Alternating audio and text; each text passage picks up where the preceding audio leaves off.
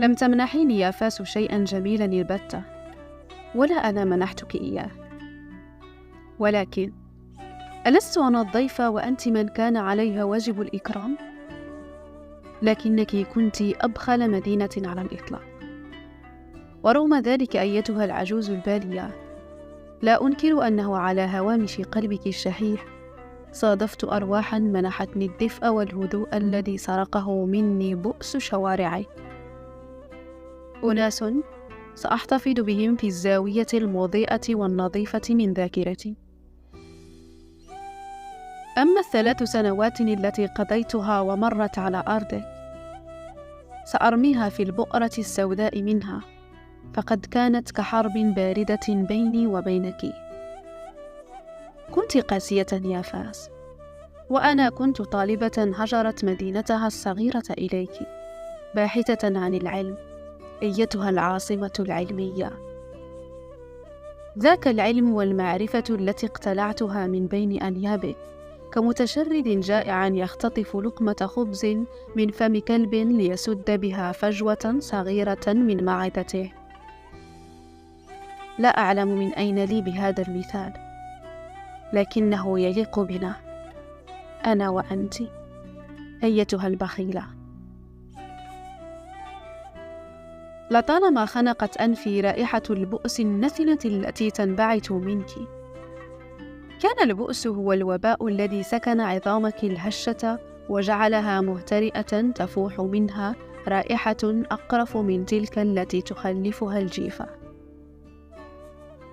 الآن أيتها العاصمة العلمية، وقد مرت بي أشباح ذكرياتك، دعيني أحدثك عن بعض تفاصيلك المقرفة، عن ساحة دار المهراز، وعن الأحياء الجامعية، عن المطعم الجامعي وأحياء الليدو، عن الحافلة 31، وعن البروليتاريا، حيث ذقت طعمك المقرف العالق بين ثقوب أسناني.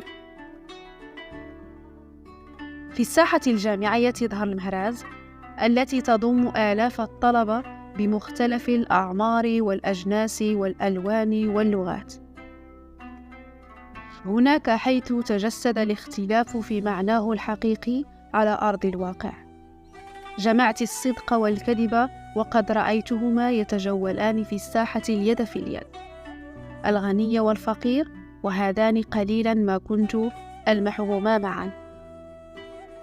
أما الأسود والأبيض فقد كانا يشكلان ثنائيا مميزا يبعث في النفس نوعا من السكينة، لكن قليلا ما كنت أراه أيضا. أما عن النفاق فكان يصاحب الجميع، تراه يقفز هنا وهناك بين هذا وذاك، وكانت البروليتاريا هي المكان الذي يجمع خليطا لا متجانسا لا منطقيا من كل هؤلاء، فتجعلينني أتعجب في الطريقة التي تسخرين بها منا يا فاس. ومن بين سناكات المستقلة وباعة العصائر الملونة الرخيصة، نجد هذه البروليتاريا تعج بالشرذمة الكادحة التي أنتمي لها، لتناول أومليط ب5 أو 7 دراهم وكأس عصير ب2 درهم. كثيرا ما كنت أحجز لي مكانا مع أصدقائي لتناول وجبة الغداء، أو مع أخي أحيانا كثيرة، ومرات أنسحب لأقف في آخر الطابور منتظرة الحافلة 31 اللعينة أمام ملعب الليدو، وهذا إن كنت لا أحمل في جعبتي حتى ما يشتري لي أرخص وجبة بالساحة.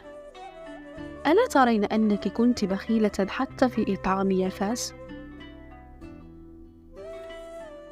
بعد وصول الحافلة أنفق جهدا آخر من أجل القفز وتجاوز تلك الحواجز التي وضعتها شركة السيتي باص لإرغامنا على دفع 3 دراهم ونصف ثمنا للتذكرة.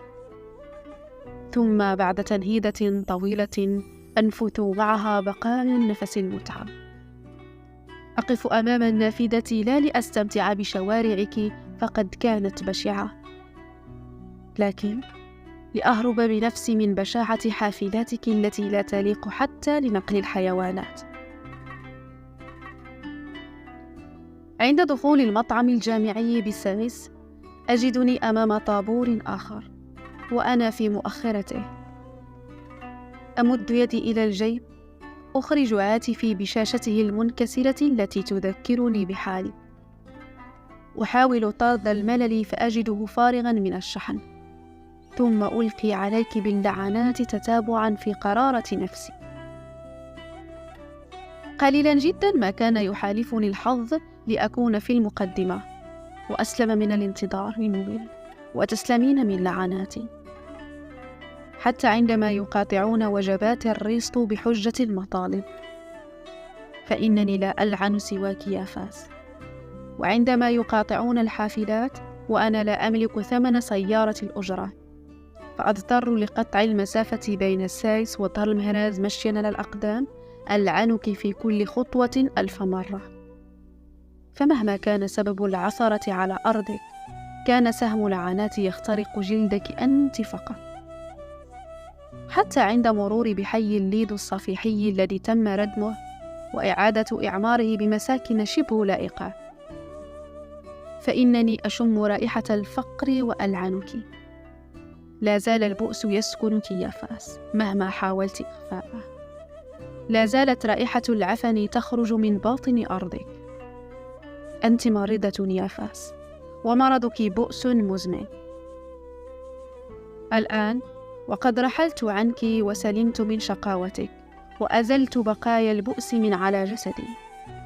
لازلت كلما سألني أحدهم عنك فإنني أختصر بحروف تعرفينها جيدا: اللعنة على فاس. هذا ما قلته أنا، فماذا قال عنك الريفي والسوسي والصحراوي يا فاس؟ ماذا قال عنك الأمازيغي والعربي؟ ماذا قال أهلك؟ ماذا قال الشرفاء والغرباء؟ كل الذين زاروك وسكنوك يا فاس، ماذا قالوا عنك؟ لا أعلم، ولا أعلم حتى إن كان علي أن ألعنك أم ألعن حظي العاثر، أم ألقي اللعنة عليكما معا.